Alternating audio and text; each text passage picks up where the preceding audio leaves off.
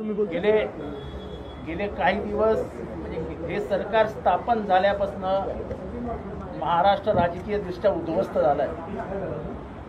या तिघांमध्ये समन्वय नाही हे स्पष्टपणाने सामोरे येत आहे.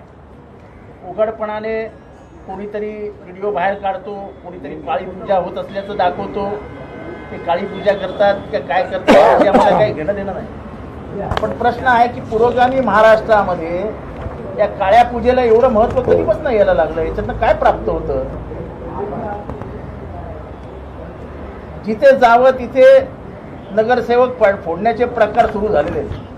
हे नगरसेवक फोडताना 3-3 कोटी 5-5 कोटी घेतल्याचं दिल्याचं दावा छुपेपणाने उघडपणाने त्यांच्याच पक्षातली लोक करतात, कारण का त्यांच्याच पदाला धोका निर्माण झालाय.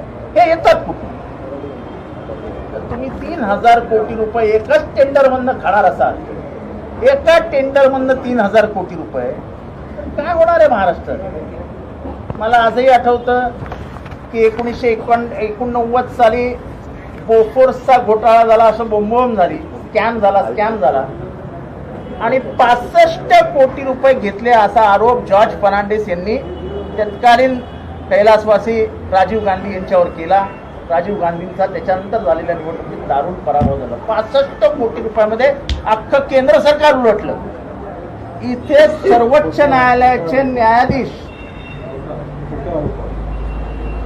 न्यायालयाचे बोर्ड असं दाखवतात आणि सांगतात याच्यात 3000 कोटीचा गफला आहे.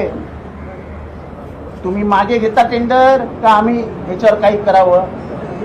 अख्खं सरकार सुप्रीम कोर्टात खाली धावत जातं.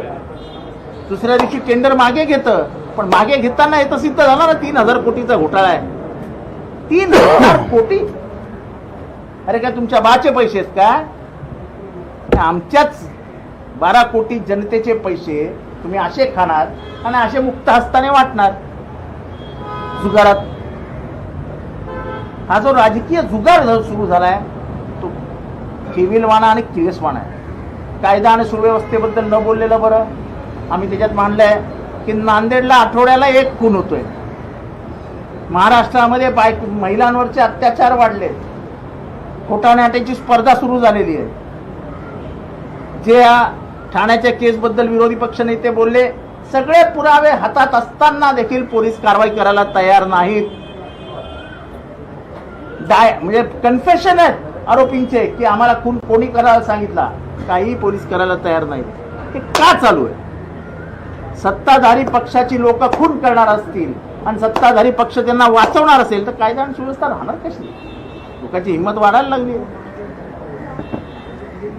स्वतःच्या पॉलिटिकल मेमोरेंडम मध्ये सांगतात की कर्जमाफी करणार आणि त्याच कर्जमाफीबद्दल बोलतात आम्ही बोललोच नाही. अरे काय तुमचा काय शेतकरी तुम्हाला लाचार वाटतो की काय? तुझ्या माईला पैसे आम्ही दिले, तुझ्या बापाला पैसे आम्ही दिले, तुला पैसे आम्ही दिले, अरे तुझ्या जीवावर जगतो की काय आम्ही? लोणीकरांनी लोणी खाल्लं असेल, महाराष्ट्राच्या जनतेने खाल्लेलं नाही. तेव्हा अशा या भ्रष्ट उन्माद आलेल्या मंत्र्यांबरोबर त्यांच्या बाजूला बसून चहा प्यावा असं आमच्यापैकी एकालाही वाटत नाही. आणि म्हणून आम्ही सगळ्यांनी एकत्रित निर्णय घेतला की चहा पानाला त्यांच्या बाजूला बसणं म्हणजे भ्रष्टाचाराला पाठिंबा देणं, गुन्ह्यांना मदत करणं, मराठीवरती अत्याचार करणाऱ्या सरकारला मदत करणं. आज सगळे बोलायला लागले की नाही बघू.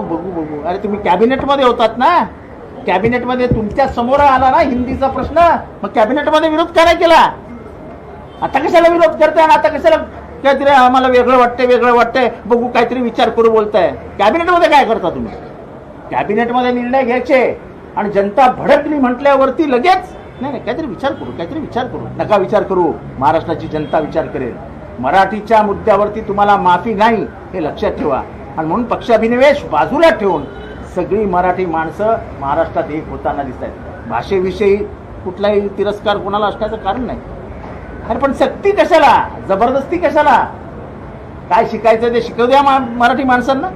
कुठली भाषा द्या, फ्रेंच शिकायचं, जर्मन शिकायचं, स्पॅनिश शिकायचं, शिकू आम्ही, आमची पोरं शिकतील. तुम्ही कोण सांगणार आहे आम्हाला काय शिकायला पाहिजे? तर ही जी परिस्थिती निर्माण करते हे सरकार, हे फक्त मतांचं राजकारण आहे.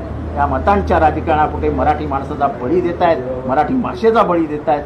आणि त्याला आमचा सक्त विरोध आहे. भ्रष्टाचाराने बरबटलेल्या या सरकारबरोबर चहा प्यावा असं आम्हाला अजिबात वाटत नाही. म्हणून आजच्या चहापानाच्या कार्यक्रमात आम्ही बहिष्कार टाकला.